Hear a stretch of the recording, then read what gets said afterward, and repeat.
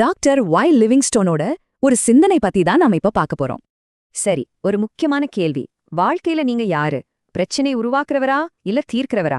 முதல்ல பிரச்சனைகளை உருவாக்குறவங்கள பத்தி பார்க்கலாம். இவங்க தனக்கும் சரி சுத்தி இருக்கிறவங்களுக்கும் சரி பிரச்சனைகளை உருவாக்கிட்டே இருப்பாங்க. இதோட முடிவென்ன தெரியுமா? வாழ்க்கை முழுக்க துன்பம்தான்.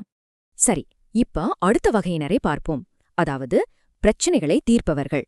இவங்க அதுக்கு நேர்மாறா தனக்கும் மத்தவங்களுக்கும் இருக்கிற பிரச்சனைகளை தீர்த்து வைப்பாங்க. இதனால அவங்க வாழ்க்கை முழுக்க இன்பத்தை மட்டுமே அனுபவிக்கிறாங்க. இப்ப பாருங்க, இந்த 2 பாதைகளையும் ஒன்னா பார்க்கும்போது வித்தியாசம் ரொம்ப தெளிவா தெரியுதில்ல?